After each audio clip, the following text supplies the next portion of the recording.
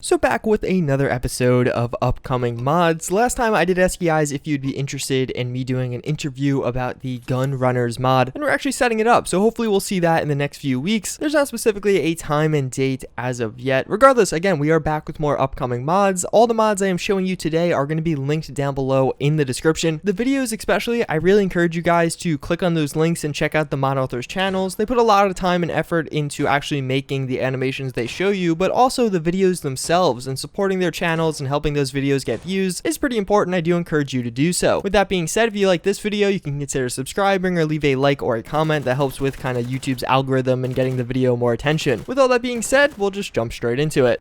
So starting things off, we actually have an animation that's relatively old from Haru as well as Hitman. It is a right-handed bolt action animation. It did come out earlier in June, I just never saw it then, so I am covering it now. This thing looks really good. It has a very distinctive kind of bolt pull. It looks like very heavy, and I really like the sound effects with it also. It just feels much sharper and cleaner compared to some of the other animations we do have for bolt action rifles right now. Even beyond all that, the default bolt action animation is pretty weird. We have some right-handed animations, but the vanilla Bethesda one is not really appropriate. Most bolt actions are not left-handed. Regardless, again, it is a very high quality animation. It's something I'd love to see used in-game, and I imagine a lot of you guys would also.